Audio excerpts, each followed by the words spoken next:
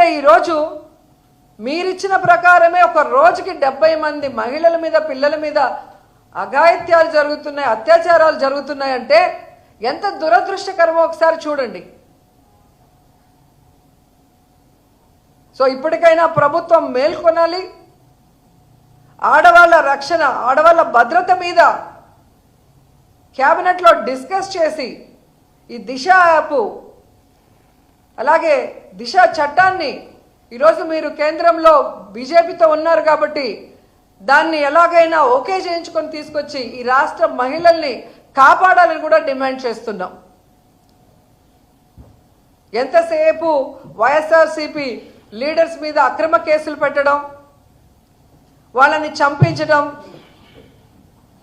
వాళ్ళని హ్యూమిలేట్ చేయటం, వాళ్ళని కిడ్నాప్ చేయటం, ఇవి చేస్తే భయపడిపోతారు అనుకున్నారేమో మేం కానీ ప్రజలు. ఆ పరిస్థితి లేదు అనేది కూడా తెలుసుకోండి. ఎందుకంటే మొన్న ఎగ్జాంపుల్ ఎంపీపీ వైస్ ఎంపీపీ ఎలక్షన్లో మీరు చూసుంటారు.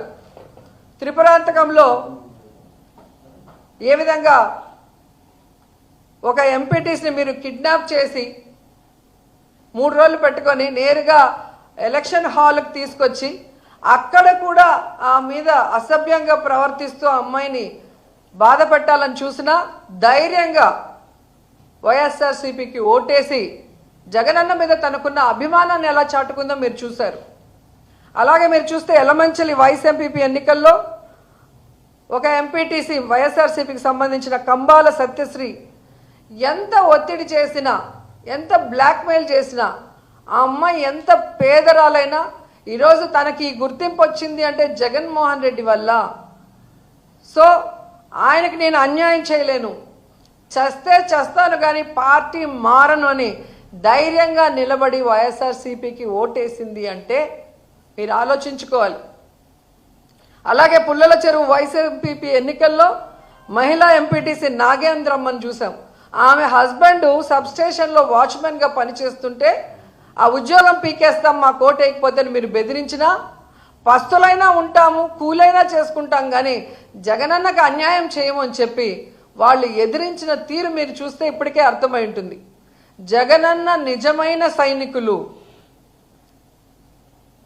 జగనన్న పార్టీకి, జగనన్న అజెండాకి ఎప్పుడూ కూడా కట్టుబడి ఉంటారు.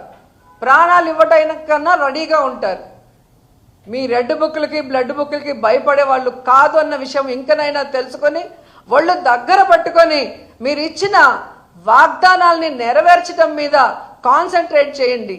అంతేగాని ఇలాగే ఇంకా వైఎస్ఆర్ కాంగ్రెస్ పార్టీ వాళ్ళని తప్పుడు కేసులు పెట్టి బెదిరిస్తాం, వాళ్ళని చంపేస్తాం,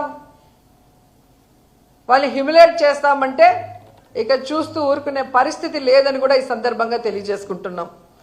ఎందుకంటే మొన్న ఈవీఎంల మేనేజ్మెంట్తో మీరు ఎలాగో సీఎం అయ్యారు, కానీ మిమ్మల్ని ప్రజలు ప్రేమించి అభిమానించి కనుక ఓట్లేసుంటే ఈరోజు ఈ పరిస్థితి వచ్చిండేది కాదు.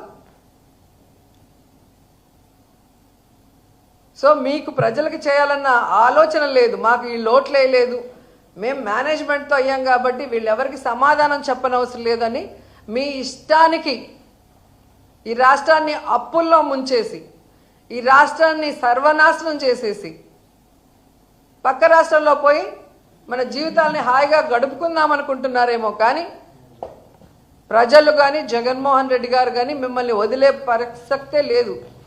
రాబోయే కాలంలో జగనన్న ముఖ్యమంత్రి కావడం తథ్యం.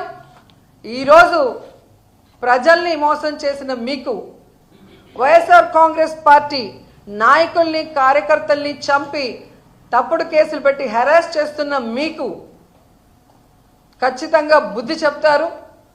ఎటువంటి పరిస్థితుల్లో ఎవరిని వదిలిపెట్టే ప్రసక్తి కూడా లేదని సందర్భంగా తెలియజేసుకుంటున్నాను.